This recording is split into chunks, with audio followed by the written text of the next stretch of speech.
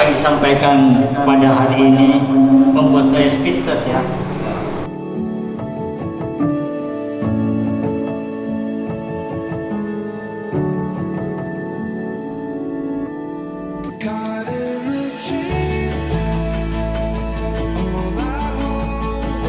Beliau pernah di Palu, saya pernah di Parepare, beliau di Parepare.